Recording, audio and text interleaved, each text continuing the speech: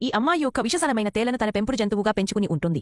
దాని నడకకు తీసుకెళ్లినప్పుడు కొంతమంది అబ్బాయిలు ఆమెను ఓ మూలలోకి తీసుకెళ్లి ఆమెను ఆట పట్టించడం ప్రారంభిస్తారు.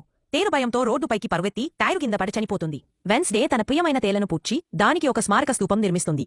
ఆ తర్వాత ఎవరు తనను మళ్లీ ఎప్పుడూ ఆట పట్టించారాదని తను గట్టిగా నిశ్చయించుకుంటుంది. అలా పలుకని 5 ఏళ్లు గడుస్తాయి. ఇప్పటికే వెన్స్డే తన స్కూల్లోనే అత్యంత ప్రమాదకరమైన విద్యార్థినిగా మారిపోయింది. ఒకరోజు వెన్స్డే తన తమ్ముడు రాబర్ట్ను ఒక అలమారలో బంధించినట్టుగా చూసి అతడిని బయటకు తీసేందుకు సహాయం చేస్తుంది. రాబర్ట్ను తాకిన క్షణంలోనే అతడిని జాక్ అనే అబ్బాయి ఎలా వేధించారో బెదిరించారో అన్న దృశ్యాలు ఆమె కళ్ల ముందు మెరుస్తాయి. కోపంతో వెన్స్డే జాక్ మరి అతని స్నేహితుల దగ్గరకు వెళ్లి 2 బ్యాగులలో పిరాన్హా చేపలను తీసుకుని ఎలాంటి మొహమాటం లేకుండా వాటిని స్విమ్మింగ్ పూల్లోకి విసురుతుంది. పూలలో ఉన్న దుర్మార్గులు ఒక్కసారిగా పానికి గురై అటూ ఇటుగా పరుగులు తీస్తారు.